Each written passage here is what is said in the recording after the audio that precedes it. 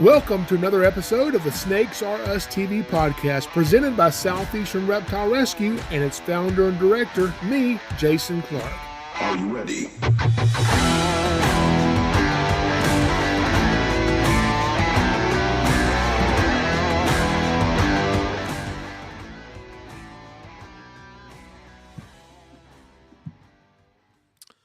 Well, hello.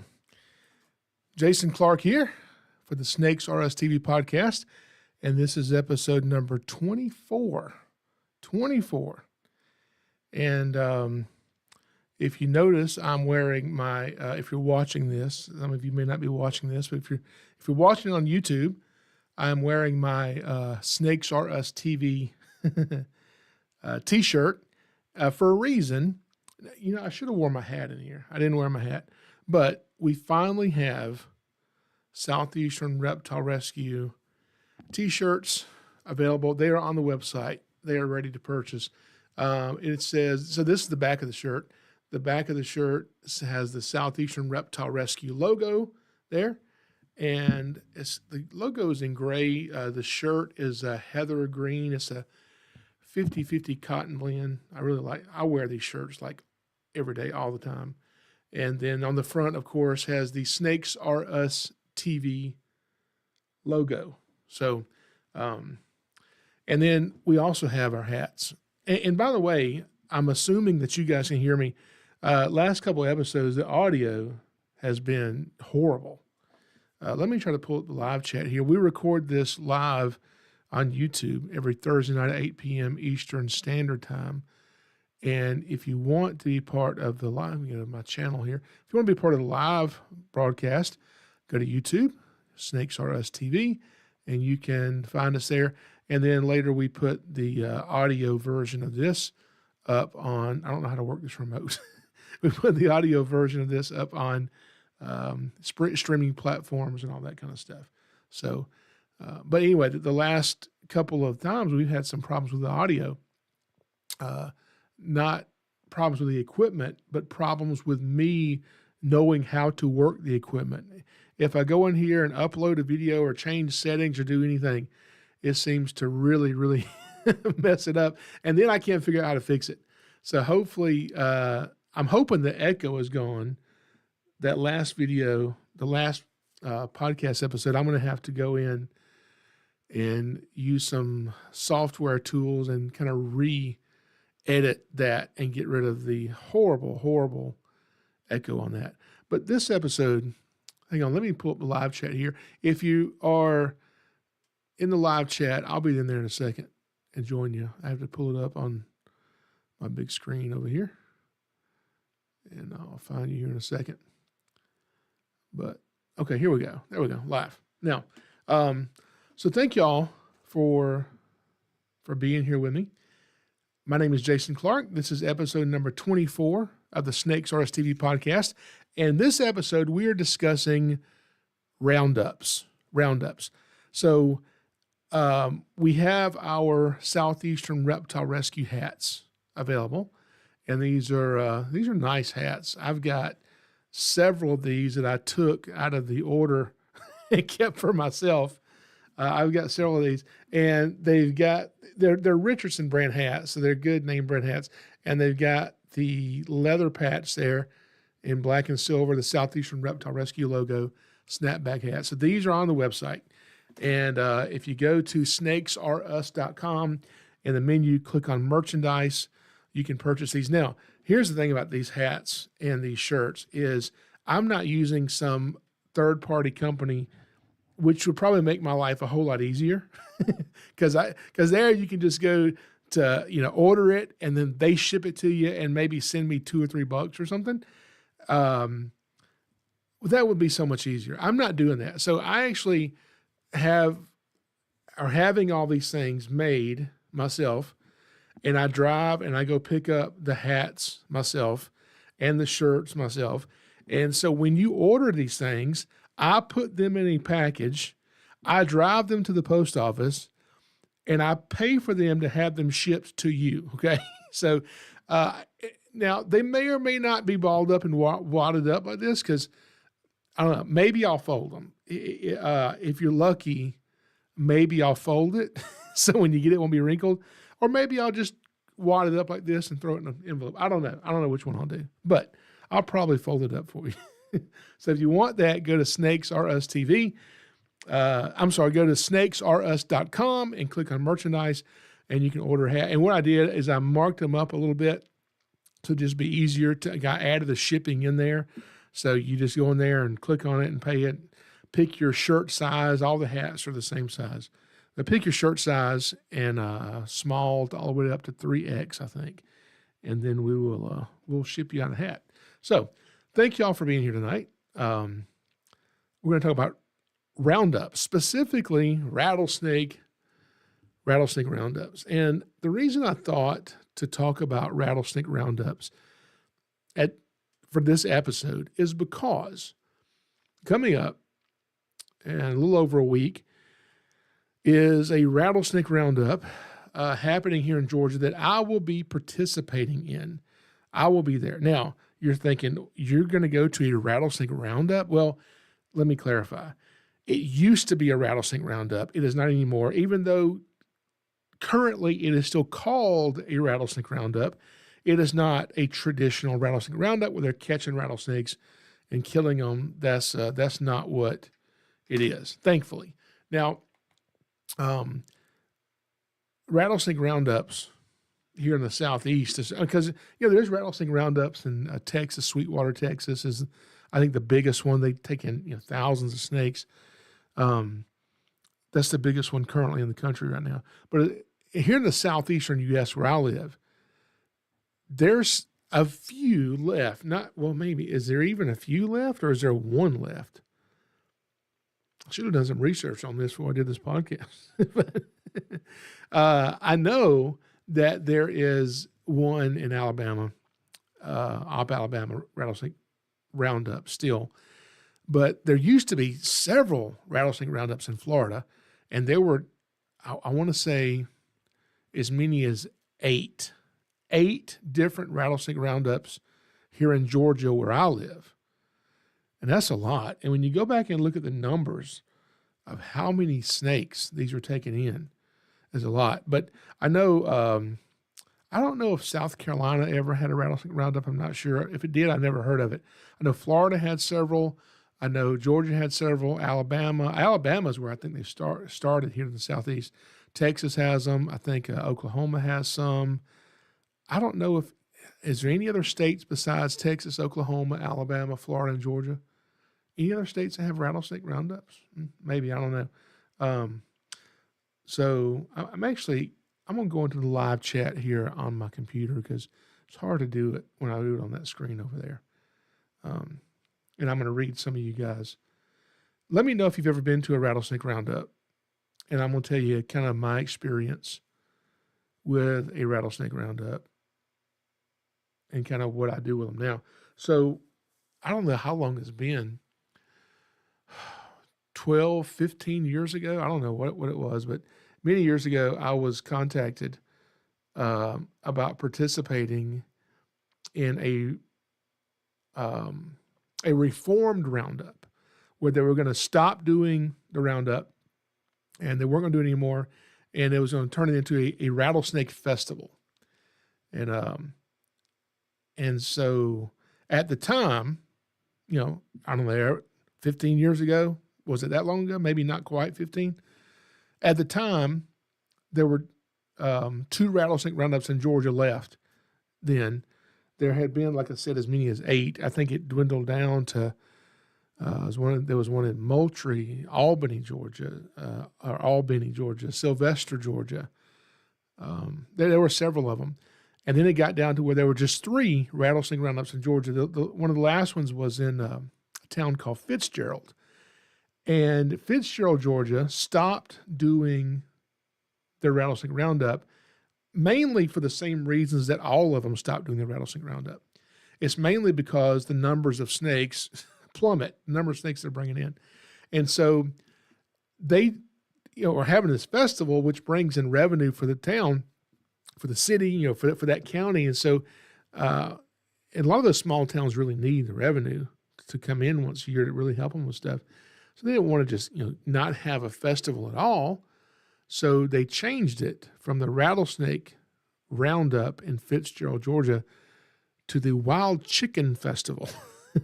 So, sorry, apparently in Fitzgerald, and I've been through Fitzgerald, and yes, there are chickens walking around the town. It reminds me of Key West. If you've been to Key West, Florida, you'll see chickens everywhere. Just chickens just randomly walking everywhere in Key West. That's kind of how it is in downtown Fitzgerald, Georgia. There's chickens.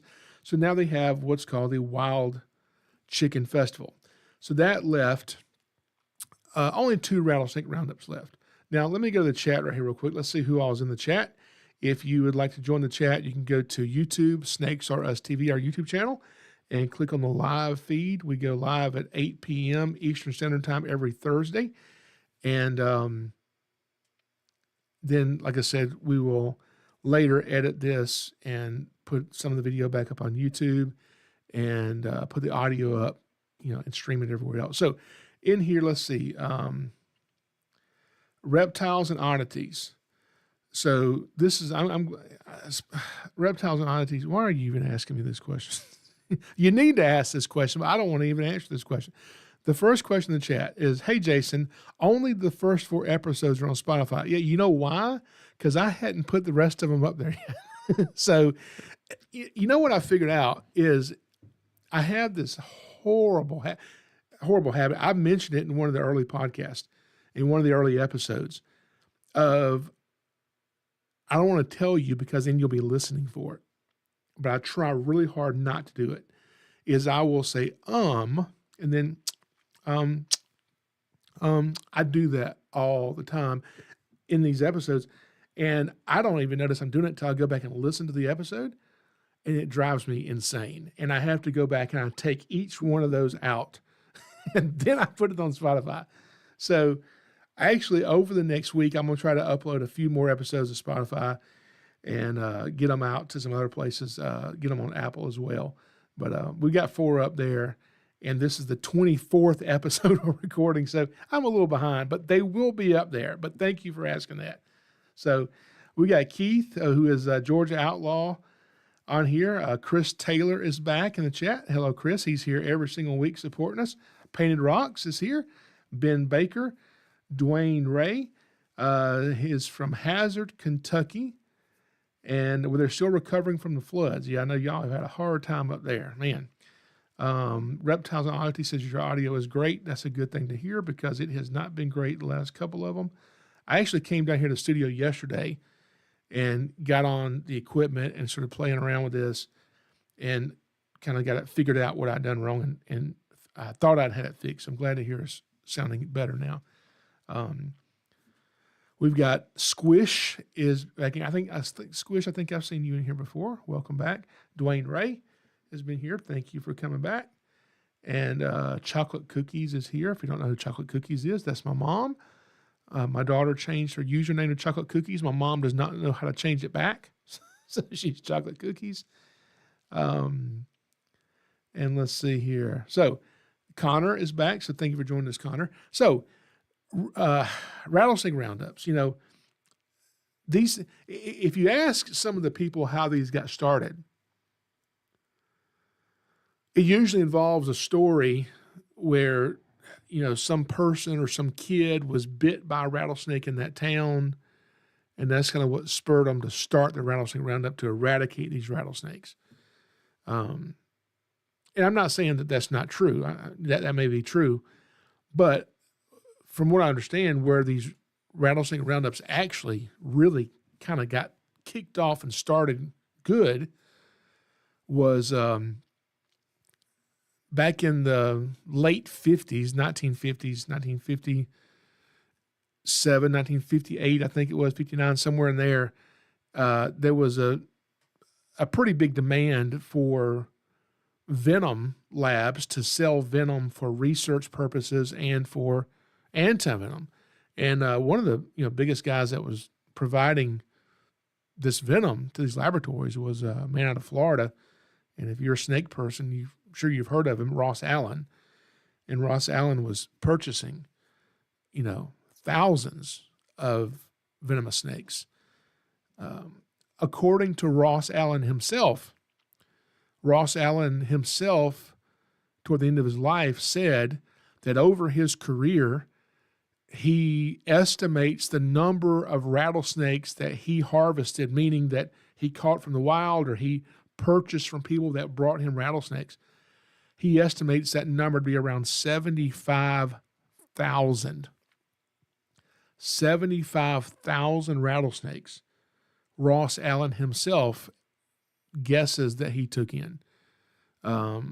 Some estimates were saying 150,000, but he says about 75,000 rattlesnakes. That's a lot of rattlesnakes coming out of the wild, man.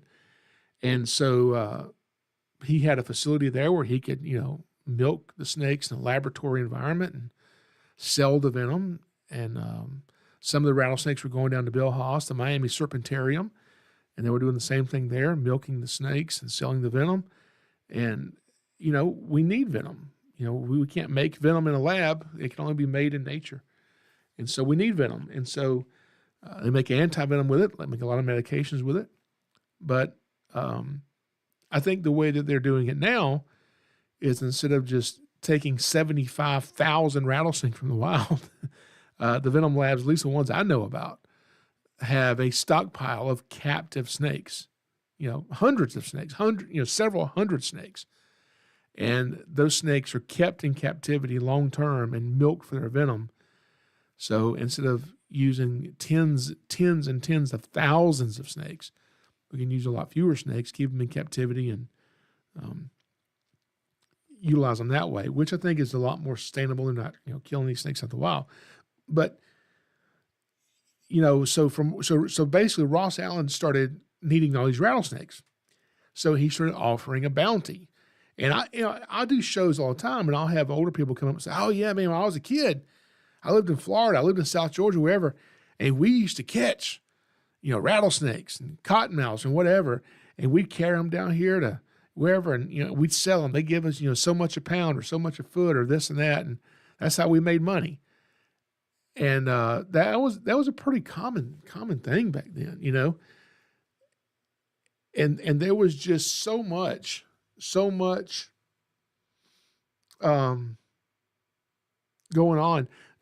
And then the other thing that stepped in too was, I think it was somewhere down maybe in Miami, somebody down there ended up developing a really good way to tan the hides of these rattlesnakes.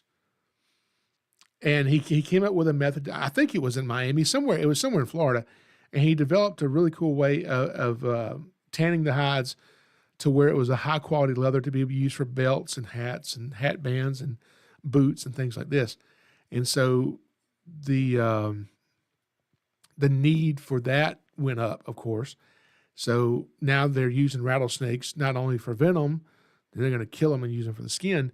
And then there became a market of rattlesnake meat, canned rattlesnake meat. It was a more of a novelty type thing, but it was estimated at one time that 5,000 pounds a year just in the Southeast, 5,000 pounds a year of rattlesnake meat was being canned to be sold as an oddity or a novelty type thing. So some people were eating it, but it wasn't like a food that was sustaining people. They needed rattlesnakes to eat. It was just, they were killing them anyway. So let's try to sell some of the meat. Maybe we're going to make a little bit of extra money. People will come to Florida on vacation, buy some rattlesnake meat or something, or South Georgia, and buy some rattlesnake meat to take back home because it's just a weird thing, and that's exactly what was happening. So, but 75,000 rattlesnakes taken in by one man over his career.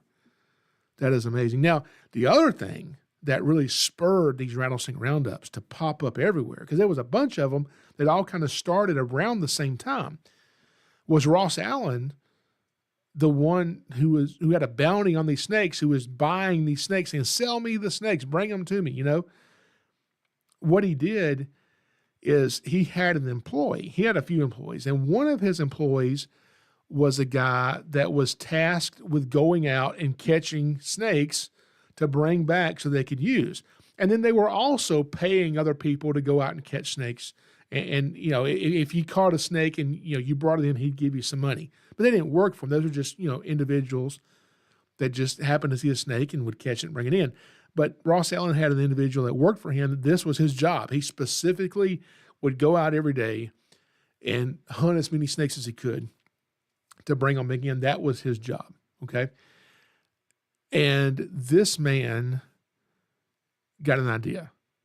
He came up with an idea on how to catch rattlesnakes in the wintertime. See, what you have to know about rattlesnakes, and here's the problem with the rattlesnake roundups, is that here in the Southeast, we have the gopher tortoise.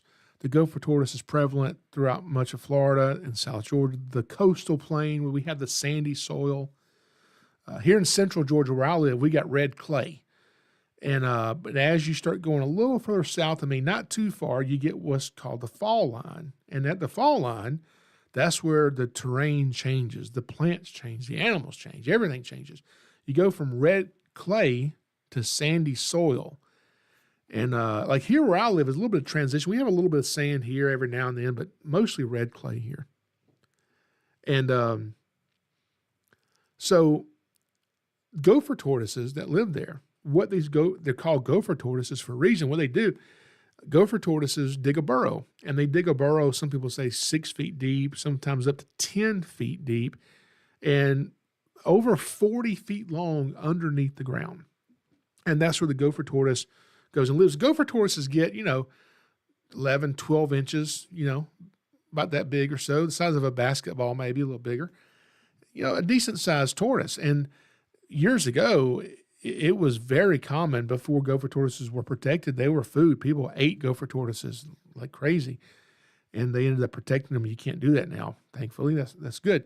And so they protected gopher tortoises, but gopher tortoises are what's called a keystone species. That is very important. What that means is it's not just that gopher tortoises themselves, we want them around, which we do, but we want gopher tortoises around because of all the other animals that are affected by the gopher tortoise's presence, meaning the gopher tortoise's burrow. It's been documented that around 360 different species utilize the burrow for their own survival. So basically what happens is if you have a gopher tortoise population in an area and you just completely eradicate all those gopher tortoises in the area, not only are the gopher tortoises gone, but potentially 360 species of other creatures are affected too, and possibly gone as well. So gopher tortoises are extremely important to have around to balance out the ecosystem. And, a lot of this stuff we didn't know. We didn't, in the 20s, 30s, and 40s, and 50s, that they didn't know how important some of these animals were. So anyway, Ross Allen's got this guy, okay? And he works for Ross Allen. His job is to go out and catch snakes. Imagine that's your job. Your job is a full-time snake hunter. That's your job. People who like to hunt, here in the Southeast, we have wild hogs, okay? A lot of wild hogs here.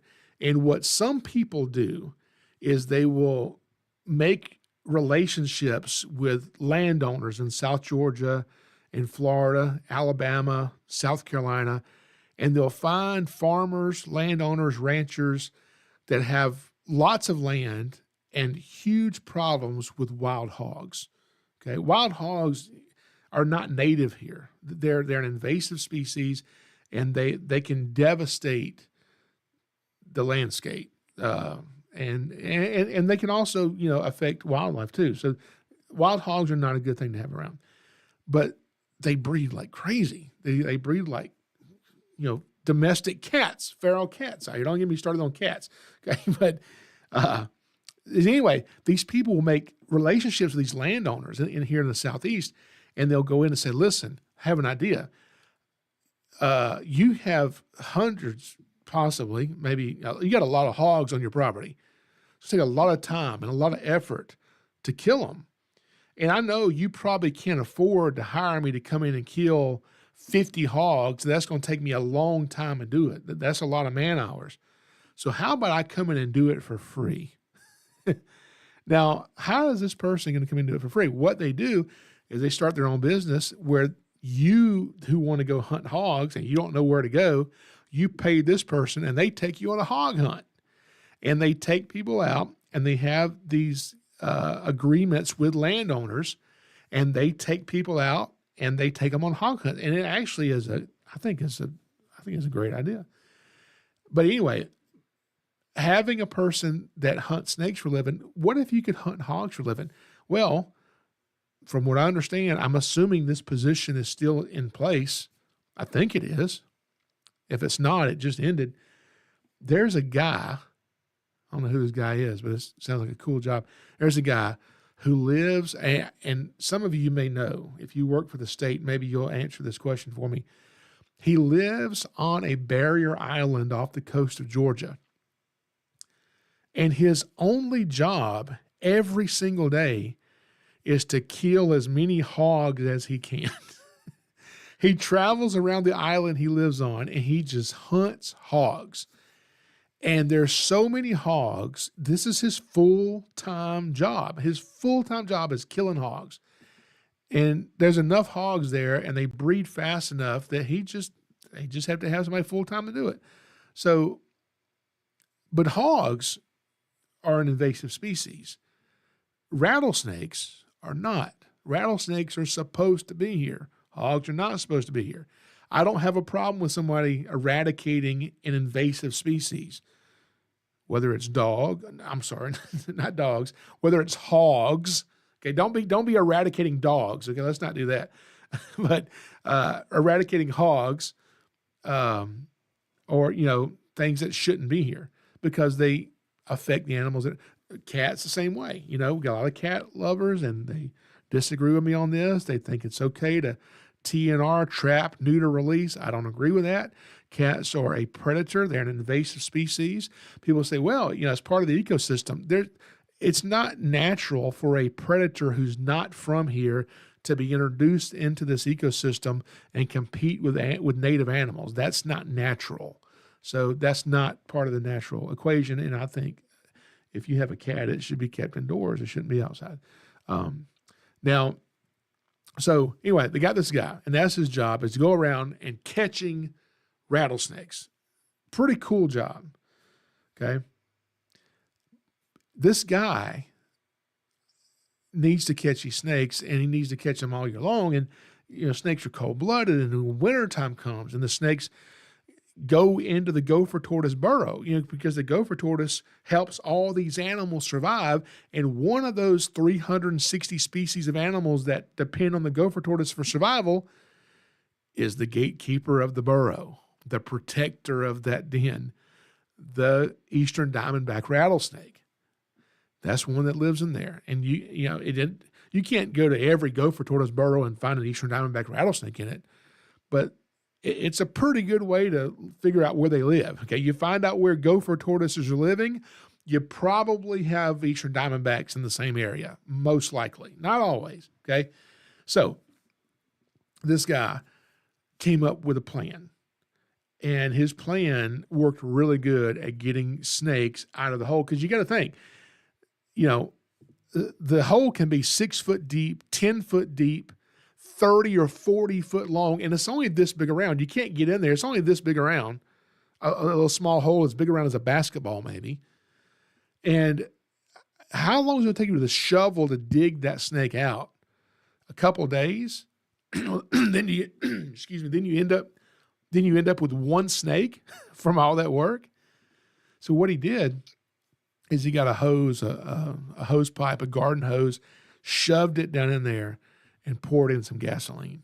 And as the gasoline ran down the hose and ended up in the very back of the burrow, well, what does gasoline put off? What does it emit? It emits fuses. It emits fumes, okay?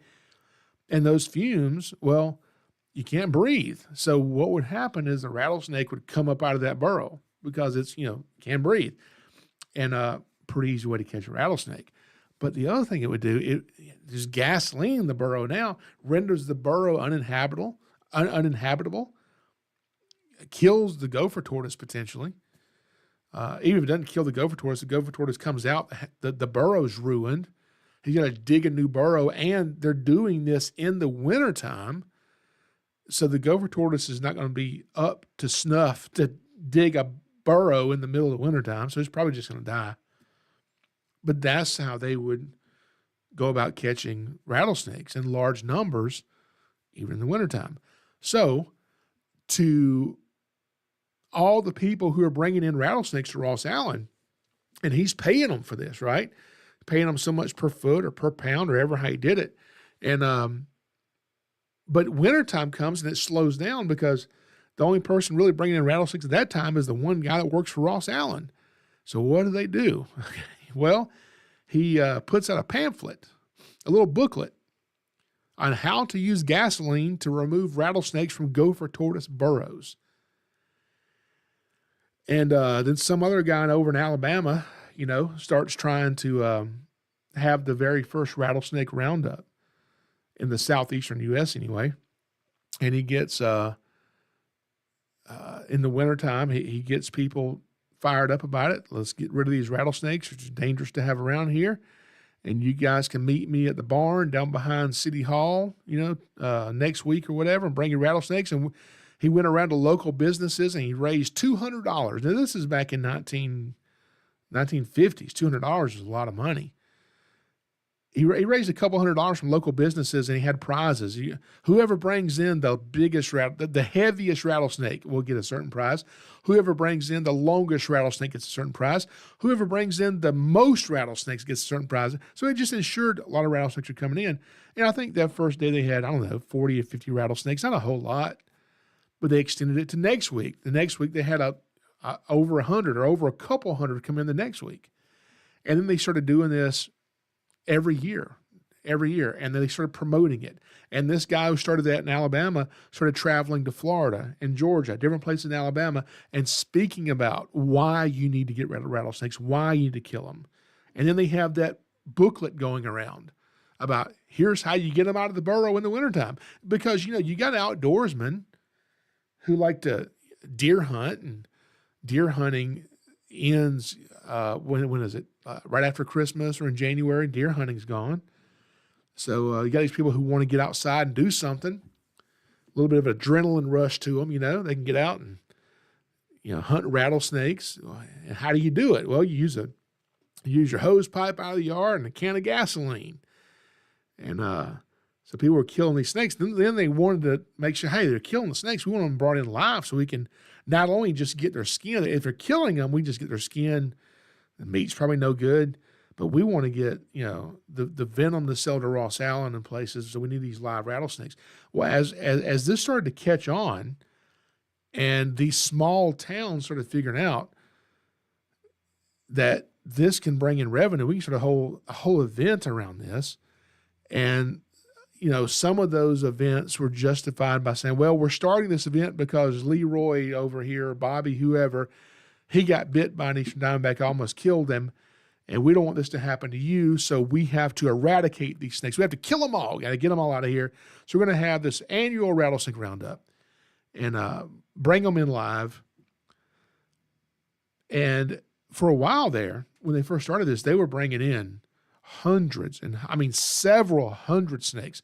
Some roundups they were doing, especially the ones out in Texas. Now, out there in Texas, those rattlesnake roundups, I don't know how many they bring in. One thing I read said somewhere around a couple thousand snakes for one roundup, for that one event, that one weekend, a couple thousand rattlesnakes.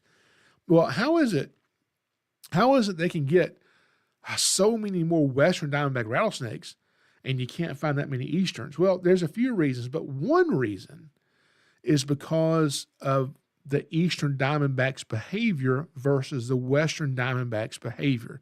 That's one reason. What I mean by that is when wintertime comes, see, snakes don't hibernate. Hibernation is more like what, mammals do. They go into hibernation a certain time of year. They come out of hibernation at a certain time, okay? Reptiles do what we call brumation in the wintertime. They go into brumation at a certain temperature and come out at a certain temperature. And timber rattlesnakes, for instance, timber rattlesnakes and copperheads, they will often use a communal den. So you may have a den of timber rattlesnakes up in Pennsylvania that could have 100 rattlesnakes and maybe 50 or more copperheads in it, or maybe more, all in the same den, coiled up together. Copperheads, rattlesnakes, rat snakes will get in there too. And then up in the Northwest and up into Canada, you've got your garter snakes, and you will have thousands of garter snakes in the same den. In one den, you may have thousands, like more than 1,000, 2,000, a few thousand garter snakes in the same. That's insane. That's just crazy. I would love to go find that den and go in there and see those snakes come out. It'd be so cool. So anyway, your eastern diamondback rattlesnake, when it goes into brumation here in the southeastern U.S., what they do is they do not den communally. They den alone by themselves. They'll get into a burned out stump hole, or they'll go down to the bottom of a gopher tortoise burrow, somewhere down below where they can stay, not staying warm, but not freezing to death anyway. Your western diamondback rattlesnakes out west, where they have the Sweetwater, Texas, horrible Roundup out there, those rattlesnakes den communally. So instead of having, one eastern diamondback in a gopher tortoise burrow, you may have this rock outcrop over here with 300 western diamondback rattlesnakes. So when those things start coming out at a certain time of year, they're pretty easy to catch in droves, tons of them. And so that's why they're able to bring in so many more snakes, because they're so much easier to catch. They're easier to find than eastern diamondbacks. Let's go back to the chat here real quick, then we'll go on. Oh, man, there's I'm way behind in this chat. There's a lot of comments in the chat. Okay. So reptiles, obviously, I was forced to go when I was a kid. I never went to a rattlesnake roundup ever. The only time I ever went to a rattlesnake roundup was when it was reformed and was a rattlesnake festival. That was the first time I ever went, and I was speaking at it.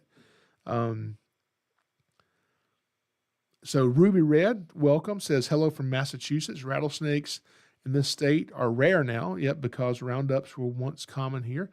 Candy's Critters is back. Thank you for joining us. What has happened in Georgia to help end rattlesnake roundups? I'm going to get to that, Candy's Critters. I'm going to get to what is going on with rattlesnake roundups in Georgia.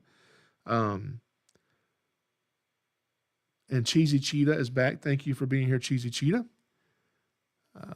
There's a lot of comments. I'm not going to read all these comments right now. Yeah, 75. Can you believe that guy collected 75,000 rattlesnakes in his career? That is crazy, crazy. Brett Wetzel. Let's see what your question is. Let's see. Serious question.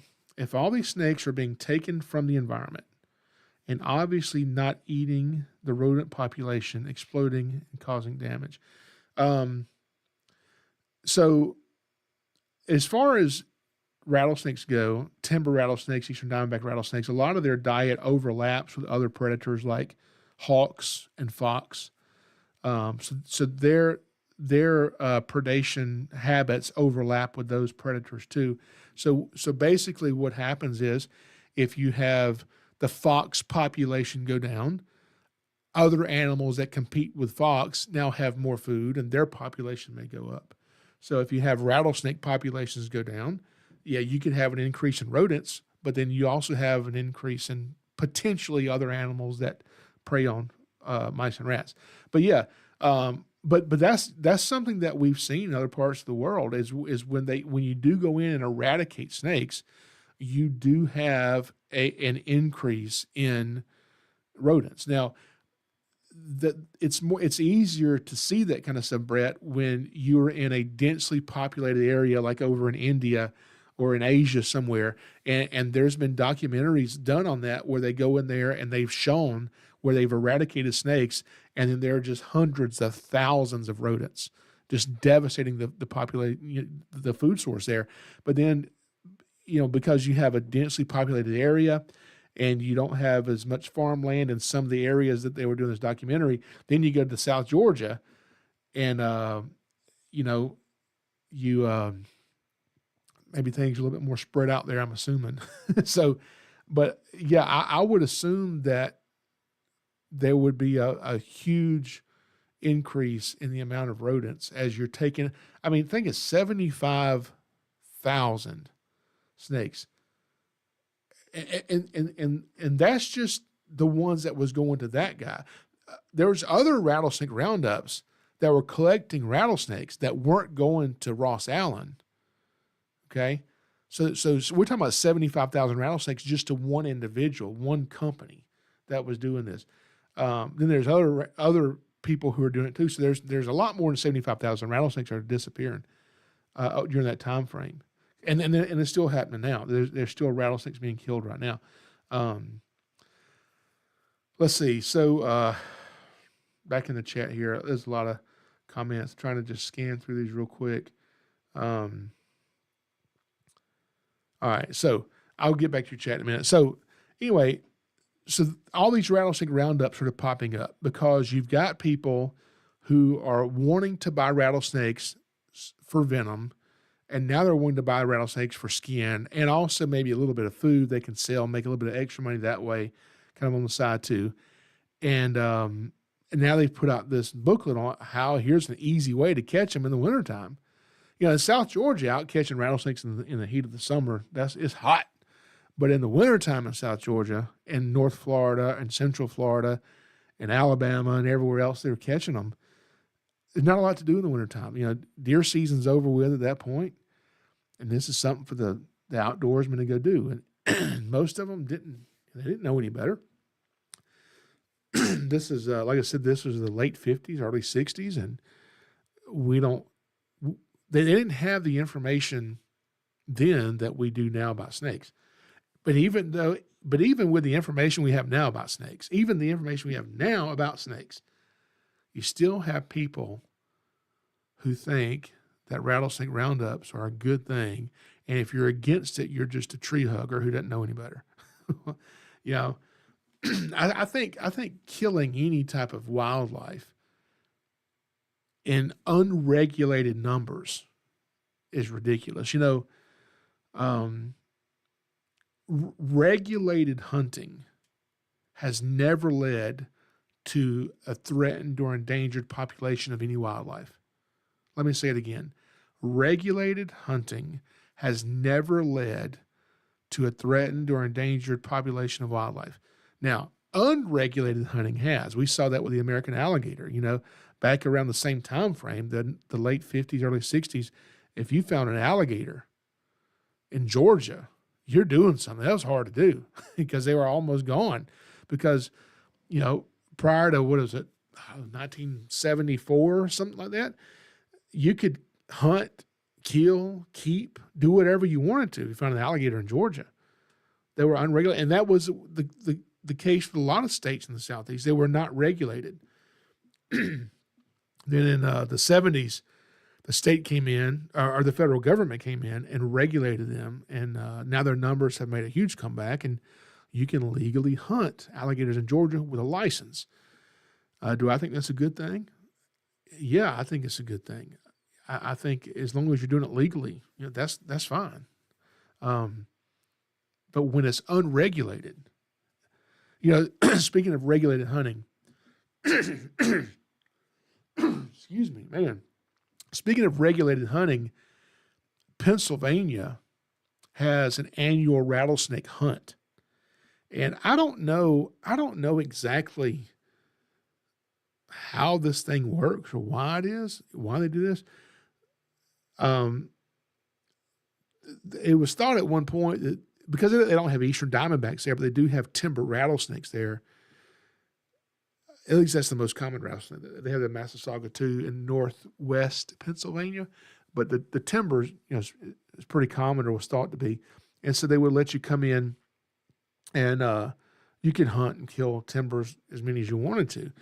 Then they were like, well, maybe we don't have as many as we thought. So they started doing some research and trying to track the numbers of timbers in Pennsylvania. And they concluded, oh, we actually kind of have quite a few of these. So they regulated hunting there. And I don't live in Pennsylvania. I don't know the rules there. I want to say you can take one. Is it one a year? Is it more than one?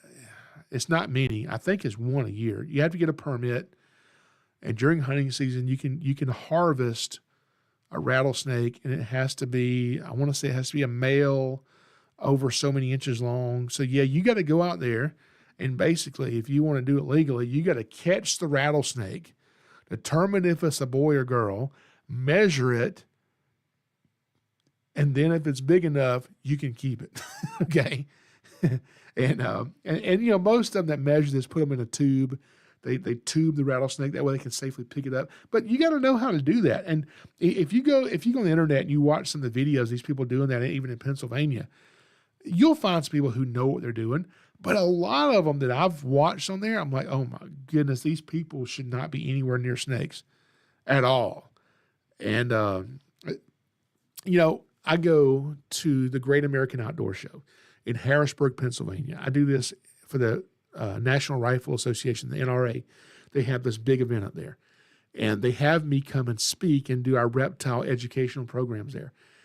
And several years ago, I was there, I was speaking, and I told a story of an individual I had gotten called about, and he had been bitten by a timber rattlesnake. And I basically told his story, told basically what happened to him.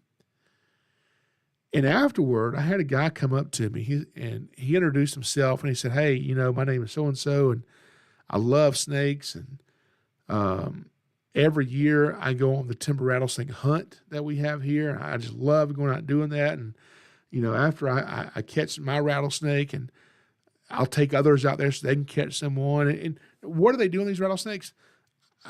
I don't know. I think if you release it, you're supposed to release it back to where you caught it. Most of them, I don't know if they're actually doing that, but some of them, I guess, will kill the rattlesnake and eat it or tan the hide, keep the skin. I don't know what they're doing with them. But he says he loves snakes. And then he says, but I listened to what you talked about on stage a while ago, and you're talking about this guy who got bit by a timber rattlesnake, and you're saying all the stuff that happened to him. And, you know, I really got upset when you were saying that, because I would respectfully ask you in your next shows you have coming up this week not to tell that story anymore. I said, why not? He said, because that's going to make people not want to go out and catch these things. I said, well, maybe I need to tell it at the beginning of the show and at the end of the show to make sure they don't go out and do this. I mean, because that's what I think. You know, I don't think you should. I like going out and catching snakes. I like herping. I like going out and finding snakes. I'm not saying anything against that. But as far as going out and just simply just catching snakes and just taking them from the wild just for the heck of it, to kill them or to eat them. I mean, if you're out there and you need some food, go kill a rattlesnake and eat it, okay? I'm not going to fuss at you for that. But most people in America don't need to eat a rattlesnake in order to eat.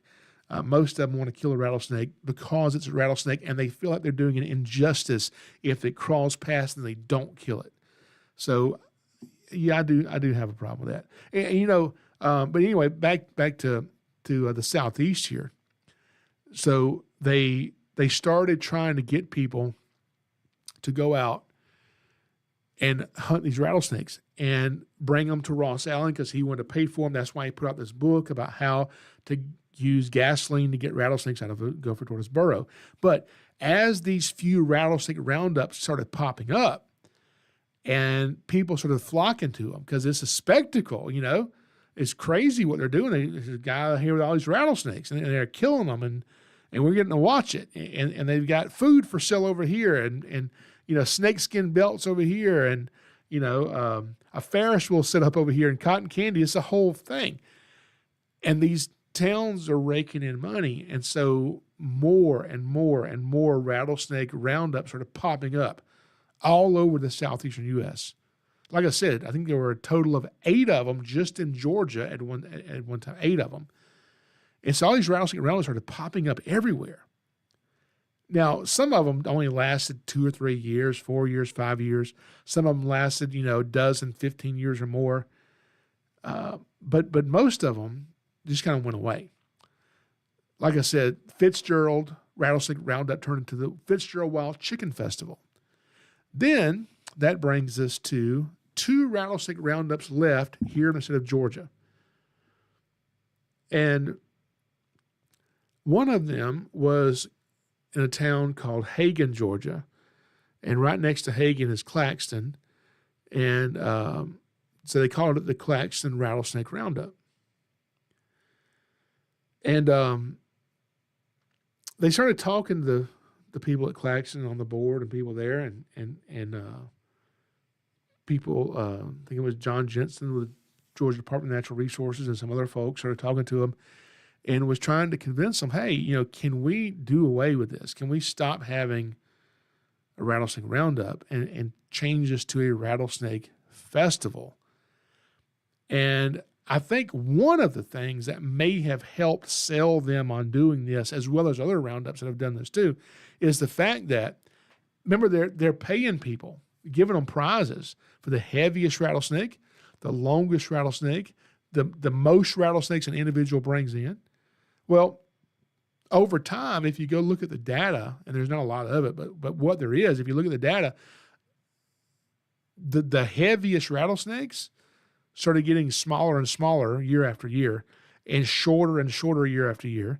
And the person who brought in the most rattlesnakes, that number started going down year after year. And so rattlesnake roundups that at one time may have 4, 5, 6, 7, 800 rattlesnakes come in for one festival was now seeing maybe 40, maybe 50 if they're lucky. That's it. And that's a big difference when you go into a rattlesnake roundup and there's hundreds and hundreds and hundreds of rattlesnakes to 40 or 50. So what happened with Claxton is the state representatives with the Georgia Department of Natural Resources worked out a deal with them to where they would bring in captive rattlesnakes, ones that are already in captivity, owned by different educational organizations, like myself and other places. And we'll bring those rattlesnakes in and we'll put them in the rattlesnake pit where you put them in the pit. Okay. And then we'll have all these rattlesnakes there for people to come see. But instead of having a person on stage who doesn't know what they're talking about, is giving misinformation and things like this, instead of having those things potentially happen, let's put people on stage that can give you accurate information and promote the truth about rattlesnakes. Because there was a lot of information being given that wasn't accurate at a lot of different events all over the Southeast. And so they agreed to that. And I remember that very first year I got to go to it. And I got to bring my reptile trailer, and I got to do snake shows and talk to people.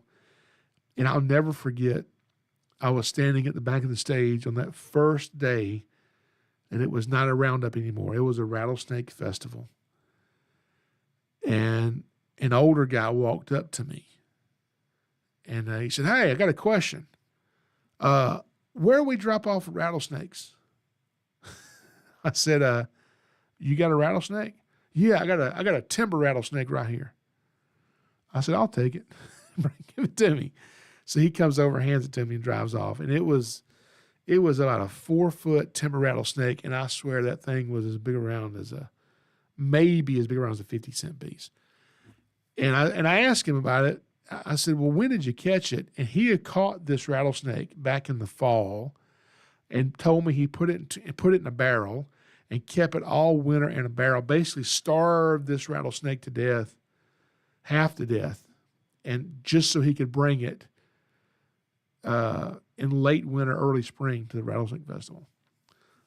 So that was the only time that happened. But so anyway, Claxton Rattlesnake Roundup changed to the Claxton Rattlesnake Festival. And they started partnering with people who could come in and, give educational talks. about rattlesnakes and how amazing these animals are and how important they are for the ecosystem.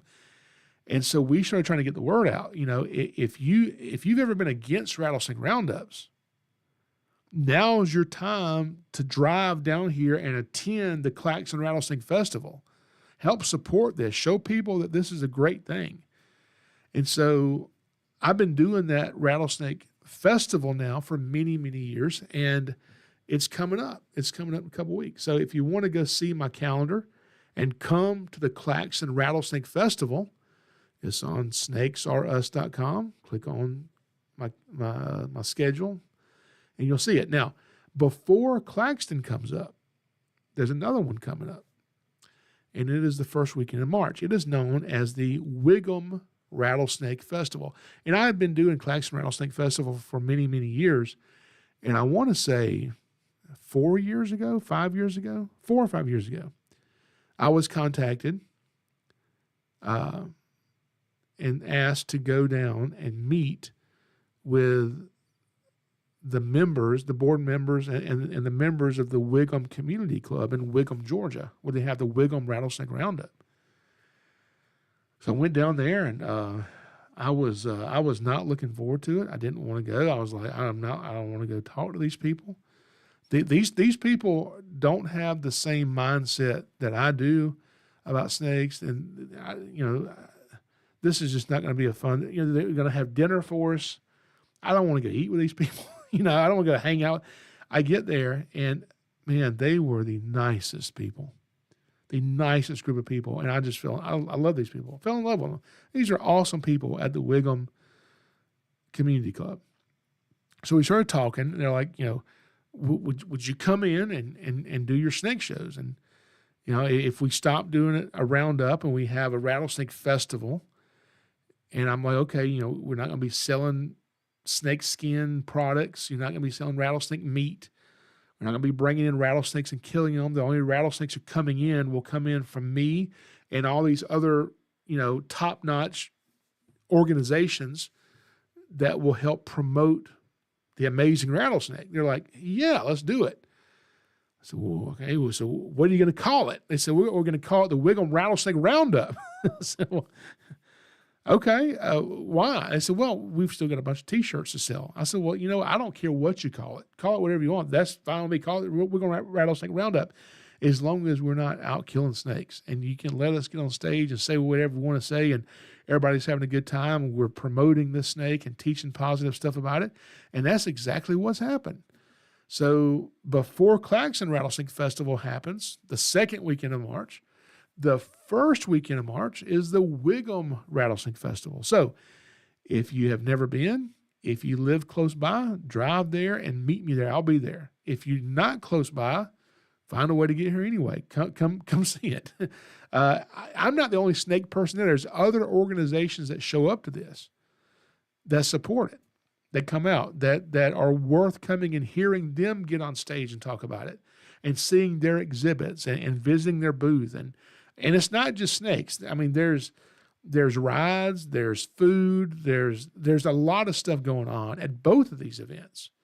So the Claxton Rattlesnake and Wildlife Festival in Claxton, Georgia, and the Wiggum Rattlesnake Roundup in Wiggum, Georgia, are things that I think that you guys should support. So I will be at both of them this year, 2025, again, and very happy to be back there, very happy to support it. I actually spoke to someone on the phone today that I'm not going to call her name out. They may not want me to, but I spoke to this person today who works for the state of Alabama and definitely knows about, rattlesnakes in Alabama. And I was just asking this person, OP Alabama, the OP Alabama Rattlesnake Roundup, it's a pretty big event. How many rattlesnakes are they taking in? Because they used to take in hundreds and hundreds and hundreds of rattlesnakes. And this person told me, well, I think this past year they had maybe around 50. 50 rattlesnakes is a lot of rattlesnakes to take from the wild. That's a lot. And that can devastate a population. And that's a horrible thing to do. But it's a lot different. 50 versus several hundred as to what they were doing many, many years ago. And as you start talking to some of these people who are involved in the rattlesnake festivals and even the current rattlesnake roundups, as you start talking to these people, what I have found is several of them have told me, yeah, the rattlesnakes that we were bringing into these events, it got to where you couldn't find them here in this county where we have the Roundup, which was the purpose of having the Roundup. We want to get rid of the rattlesnakes where we live. We started having to go 100 miles or more away from where we live just to catch a rattlesnake. And so as the size of the rattlesnakes went down and the numbers of the rattlesnakes went down, well, they didn't want to do away with their festivals. And so they had the great idea of turning into a rattlesnake celebration, not a rattlesnake roundup, which I think is a really admirable thing to do. You can look at people that you disagree with, because some people may disagree with me and say, hey, what's wrong with the rattlesnake roundup? Let's kill those things. But you can look at people who you disagree with, and you can call them stupid or you can call them ignorant. That's what I use with that. Ignorant means, if you're ignorant, that does not mean you're stupid. That just means you don't have knowledge about a particular thing, but you can learn it. Okay. Stupid just means you can't learn it. Okay. You're just, okay. But, I think it's really good. I'm very happy to see that, that these rattlesnake roundups have changed to a rattlesnake festival. I think that's amazing. Let's go in here to the chat here real quick. There are tons of comments in here. So if you want to join the chat, you can always go to SnakesAreUsTV on YouTube. We record live every Thursday night at 8 p.m. Eastern Standard Time. And we'll read some of these. So I just see Nature Nut is back with us. Regulated hunting keeps populations healthy. That's very true. And let's see here. Cheesy Cheetah says, I bought a Western Diamondback rattlesnake for $25 in Wisconsin at a reptile show in a golf course parking lot. Long time ago. I feel like I saved it. Yeah, I've seen people, do that, and they'll say, I'm going to go into this pet store and I'm going to buy this snake because it's in horrible conditions. And if I buy this snake, I'll get it into a better home. And that's what you're doing. You're saving that snake.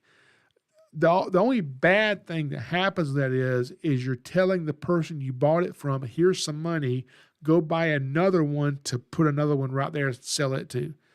So I understand. I've done the same thing. I've seen animals in bad conditions. I'm like, let me get that from you, even if I have to pay you for it, and let's get that out of your hands because you don't need it. So yeah, I've bought rattlesnakes before at expos years ago. If you go to these reptile expos, especially ones not here in Georgia, you can't legally sell venomous stuff here in Georgia. But if you go to other ones outside of Georgia, you can see some pretty cool snakes. Cheesy says they had puff adders for sale at the same show at the same time. I've seen, there's a lot of expos you go to. They'll sell puff adders, gaboon vipers. I purchased some of those before, in years past. There's some really cool snakes that you can see at some of those expos. But some of those snakes should definitely not be sold to some of those people who are buying the snakes. That's my problem. That's my only real problem with people selling monocle cobras is somebody walks in and you just sell them monocle cobra because they've got 150 extra bucks in their pocket, and you don't spend time talking to this person to even see, should this person have a monocle cobra? Because most of them should not. Okay. Let's see what we got in the chat. Boo Boo Bang Bang. I'm not going to read your name over and over. Okay. But it said, would love to hear your experience with snake handling churches. Read Salvation on Sand Mountain. Really enjoyed it. So I actually talked about that. Salvation on Sand Mountain. And I'll just recap it really quick for you. I've never dealt with snake handling churches except for, what was the name of it? There was a, Constantine. That's the name of it, Constantine. There was I don't think it was a movie. Was it a TV series maybe? A TV series, or I don't know, maybe it was a movie. I don't know. It was something called Constantine. And it was, I don't even know what it was about, but they just had me come in for a day or two to this old little rundown country church who I don't even think it was open as a church anymore. They just rented the building for this film, and they wanted me to bring in, I don't know, I think I took like 30 snakes. And the scene was going to be a snake handling church scene is what it was. And so we actually had live rattlesnakes with us. We had eastern diamondbacks, and we had timber rattlesnakes, mainly timber rattlesnakes, because that's what most of the snake handling churches in Appalachia, that's what they'll use, is timber rattlesnakes and copperheads mostly. So we had a lot of copperheads, a lot of timber rattlesnakes, a couple of eastern diamondbacks, a few cottonmouths. But they also they asked me, they said, is there another snake that you can bring in that is not a rattlesnake, that is harmless, that the actor can hold, but maybe could pass for a rattlesnake? Now, to me personally, you show me a non-venomous snake, I don't see a rattlesnake, okay? But I'm like, yeah, I guess if we're going to do that, I would probably use a bull snake. A bull snake in the wild tries to mimic a rattlesnake. You know, they'll raise up, they'll open their mouth, they'll hiss, they'll shake their tail, and the bull snake's pattern as it goes down this body kind of changes.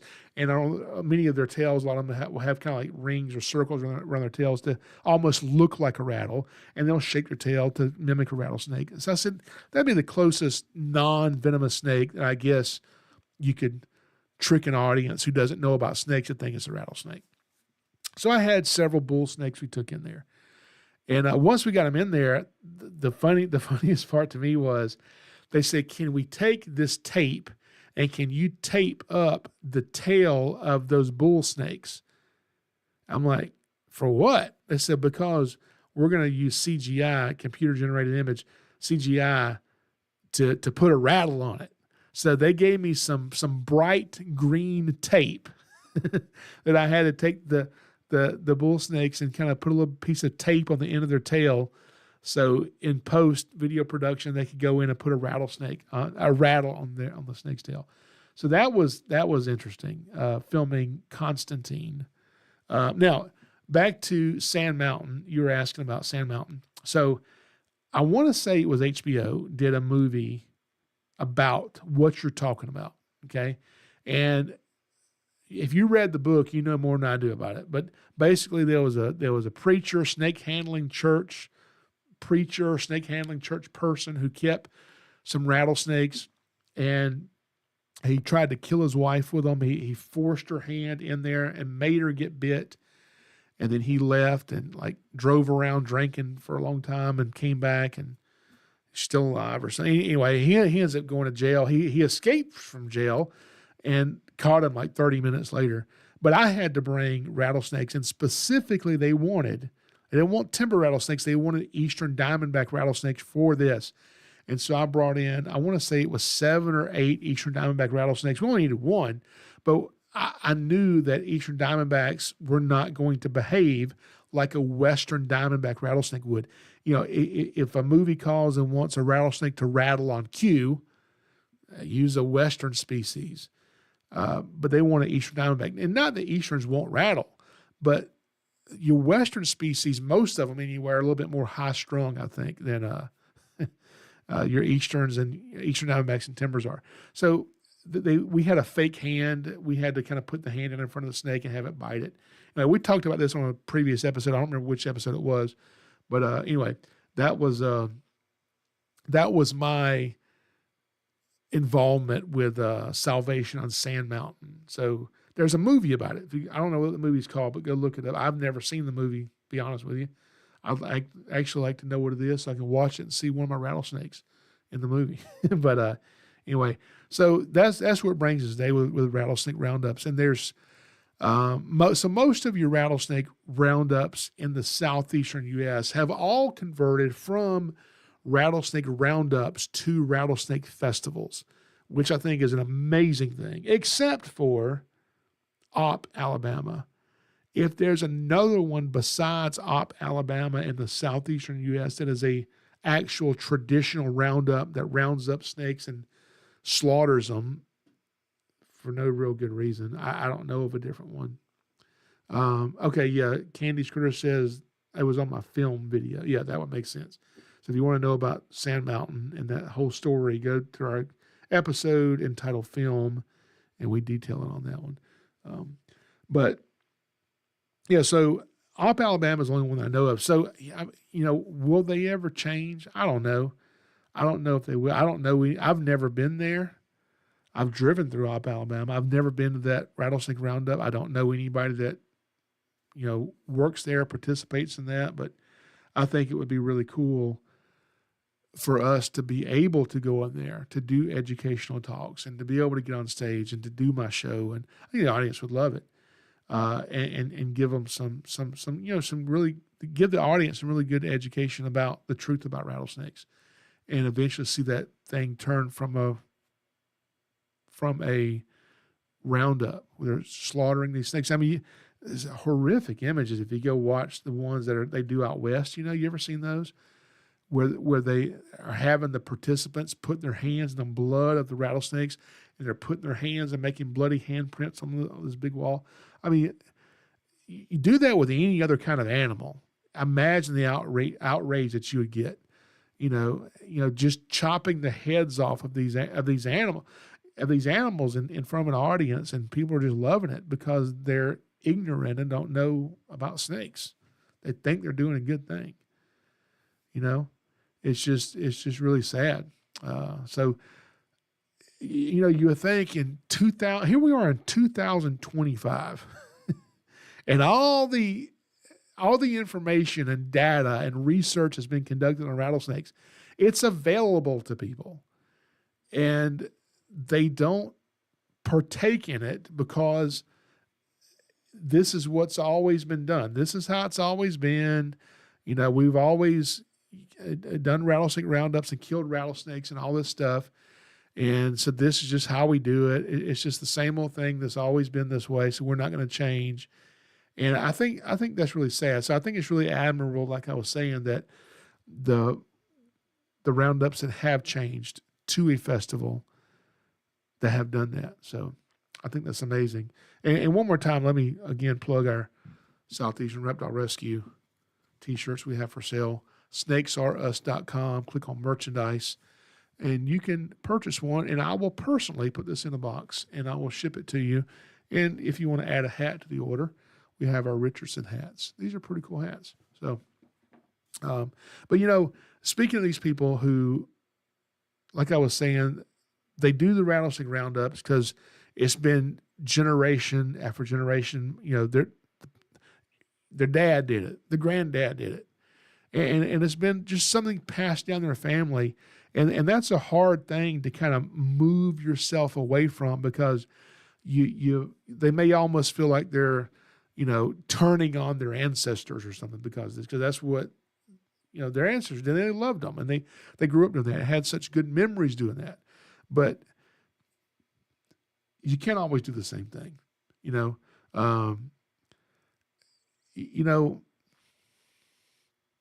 your whole life, you grow up hearing about people talking about living your dream. You're going to live your dream. And most of us can sit here and imagine, if we sit here and think about it long enough, can sit here and imagine what it would look like for each one of us to live our dream.